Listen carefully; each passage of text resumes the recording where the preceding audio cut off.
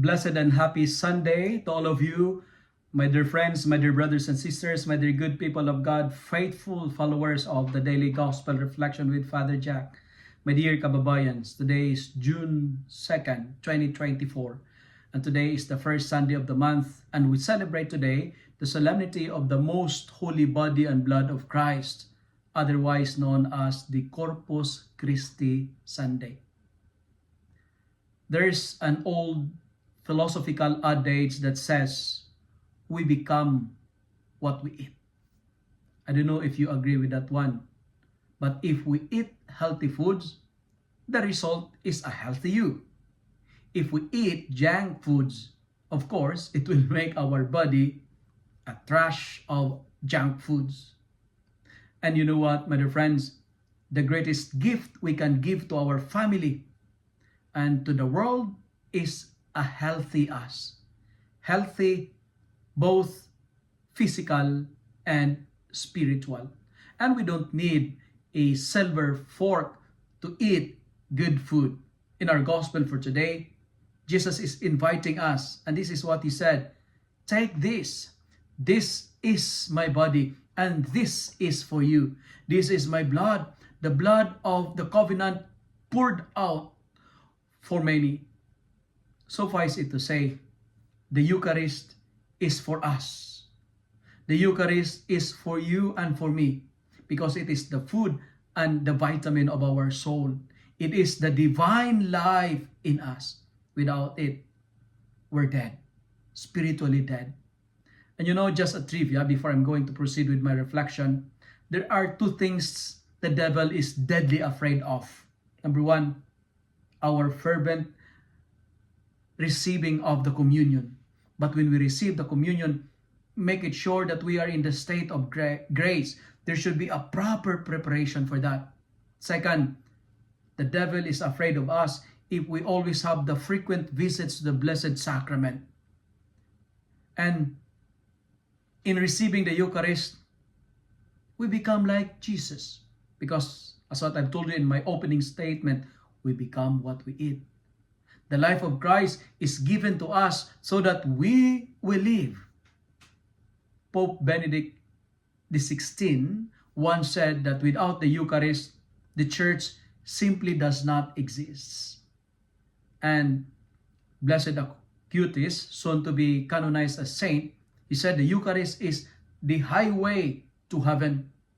And Pope Francis also commented saying that the Eucharist is not a prize for the perfect, but a powerful medicine, a powerful nourishment for the weak.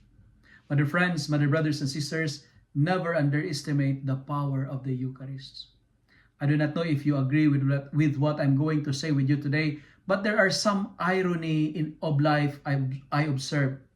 Number one, especially here in my parish, here in Canada, homes are getting bigger, but the problem is family getting smaller.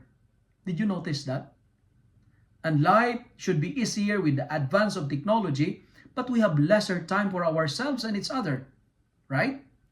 We have more professionals, we produce more intellectuals, but bigger problems arise in the world. We spend lots of money, but we enjoy life less. We drive faster car now, but we have shorter temper, especially on how to drain on the reality of traffic. Our income have risen. We have lots of money, but the irony, our morality decline. We travel around the world, including myself, but fail to visit our neighbor across the street. I'm guilty of that. We spend much time on the television, much time on games, on our phone, but we hardly hard time to pray. Friends, to make our life glorious and satisfying, let us learn from our first reading. It says, all that Yahweh said, we shall do and obey. That's why the best solution for those ironies I mentioned is the Eucharist. the Eucharist. If you are stressed, the perfect medicine, go to the church, attend the Eucharist. Jesus will give you rest. He will refresh you. The Eucharist is the exaggeration of love, because Jesus made himself food to give us life. And the second point that I would like to share today is this. One of the greatest miracles of the Eucharist is this. It unites people together. We are here together. It's because of the Eucharist. Eucharist gather people. It makes us one. We gather because of food. Have you noticed? When there is a gathering, there is a food, right? We gather because we believe in God, that God will provide. Our gathering is a visible manifestation of God's generosity. And today, I challenge each and every one of us to gather together during meal time. Stay together not only to eat, but to thank God, to be grateful to God for His generosity. Gather together. It is not nice, it's not a commendable practice to watch TV while your other members of your family are eating in the table. It is not a nice practice, It is not admirable using your cell phone while eating. Food should make us together. Like the Eucharist, it unites us. If we stay together in the Eucharistic celebration, there will be less divorce, there will be less abortion, there will be less criminality, there will be less tragedies and less problems. Why? Because we make ourselves powerful because of the presence of God in the Eucharist. And the Eucharist, it's not only a symbol of Christ, it's not only a memory of Christ, but it is Christ Himself in the form of bread. That is how much God loves us. He loves you and me because He makes Himself food for you and for me. And finally, let us be a living Eucharists to all our brothers and sisters, both believers and non-believers. And how?